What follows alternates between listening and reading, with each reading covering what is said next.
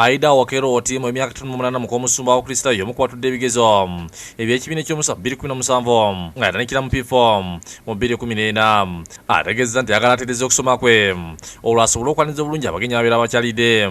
Those my children bring some other visitors at my home. I know how to talk with them. Ono era agambye nti alatuukiza ekirooto kye eky'okufuuka omusawo. My aim when I'm young, I want to be a nurse. Agambye nti ava mu ggombolola y'okuwanga mu disitulikiti y'Otuke ng'alema okusoma olw'okuba ekitundu ekyo kiri mu kyalo nnyo. Ono atulidde ku Ogina Primary School nga watuliddewo amasomero n'okuli St. Anne, Jack and Jill Ogina Primary School ne Silver Line Primary School. Abayizi abasoma ne Aida bategeeza nti bakuyitira waggulu.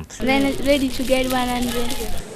Tutuzeko n'omukumindu ziranga nayo batudde ebigezo eno gye tusanze edigirida bikwatulazo emyaka 62 nga yomukwatudde ng'ali ku kibonerezo kya myaka 15. Nange nindaba nti obudde bwange siyinza kubufiisiza bwereere nga nina okuddayo nsome kyalinginga bazibu bange. Abayizi 78 nga bonna basibe batudde ebigezo era nga 10 lyawandiisa abayizi 89 okutuula ebigezo.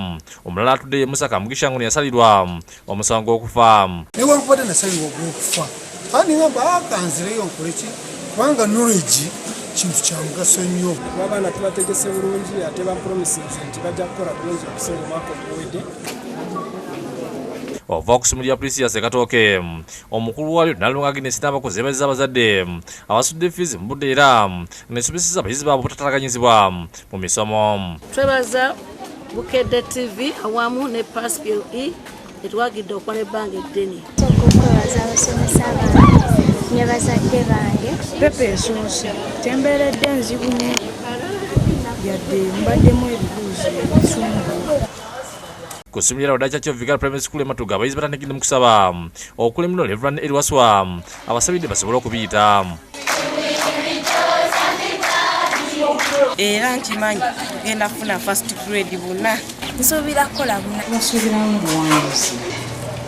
Yakulira Subya St. Teresa Primary School Kazulugoba Francis Bagala ategeeza nga bateesetese bulungi abayizi. Omulimu gwaffe ng'abasomesa gukoze. Buli kimu tikya yali atusomesa tubisanzeemu era tubikoze. Badde soka ng'egenda bulungi. Ye Kalunga ebigezo bikwasiddwa akulira ebyenjigiriza David Bale Mukasa n'omumyuka Abdul Nuuro Sebuga Kizito. Bano basangiddwa ku poliisi Lukaya era nga balabudde abasomesa n'abakwasiddwa okubikuuma obutentera muze ogw'okukopeera abayizi. Waakiri tunaafuna first grade 10 naye nga tewali kukola ki tewali kukoperera kubanga kijja kuswana. Envelopes zibaddewo era ne bazitwala nga nsibe bulungi nnyo. Headmaster wa Kyamundi Islamic Center Osuma Kisula akisiza nti abayizi be bateekeddwateekeddwa bulungi. Tusuubira abaana baffe okuyita obulungi okusinziira ku nteekateeka abasomesa baffe gye babateeseteeseemu. Mu kibuga Mitya tuyiseewo ku ssomero lya Flema Dian Boarding Primary School ekitinkula era nga tusanze abayizi bonna batudde bakola bulungi. Ku mulundi guno abasomesa bennyini babadde mu kiyungo nga bateekera abaana baabwe emmere. Ku ssomero lya Royal Boarding Primary School ekiwabo Malanga tusanze abayizi nga beetegefu era essaawa olutuuse ne batandika ebigezo.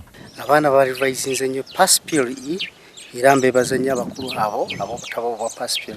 Mu bitundu bya Kasanga nti abasomesa ebigezo bijja ku poliisi eyo kyokka babadde okutaataganamu olw'ebigezo by'essomero lya Ambassador of Christ Lubowa Entebbe okubireeta e Kasanga ati kino kiritidde akulidde omulimu guno Kasule mu kuba amasimu ku kitebe okulaba nga balina ebigezo byabwe. Kasula ategeeza nti obadde obuzibu ne bagezeza okulaba nga abayizi bakola ebigezo. Tukolaganye ne station manager w'eri ne DIS era DIS agitutte. N'essomero lya Fields of Life emanyanga ne abayizi ebigezo babikoledde ku ssomero lya Manyango Primary School nga kino kyava ku nsonga y'okuliggalawo nga terina bisaanyizo. Teri muyizi waffe n'omu gwe baganye kutuula bibuuzo. Ku ssaawa 5 Ambassador of Christ banoonya ebigezo byabwe okubitwala. Ne mu bintu by'ebikono ebigezo bya PLE bituuseyo kikeerezi. Tutuuseyo ku masomero mu Ggombolola Enama okulina Mawojolo kya Kivu Uganda ne GTD and Boarding Primary School ng'eno ebigezo bitandise ku ssaawa 5. Olupapula olusoose balumaliriza ku ssaawa 7 n'eddakiika 38. Tubabuuzizza agamba nti entambula ye bakosezaamu. Abayizi bategeeza nti ebigezo okutuuka ekikeerezi bibakosezza nnyo. Tusoose ne tubirinda ne tutuula kumala ebbanga eddene.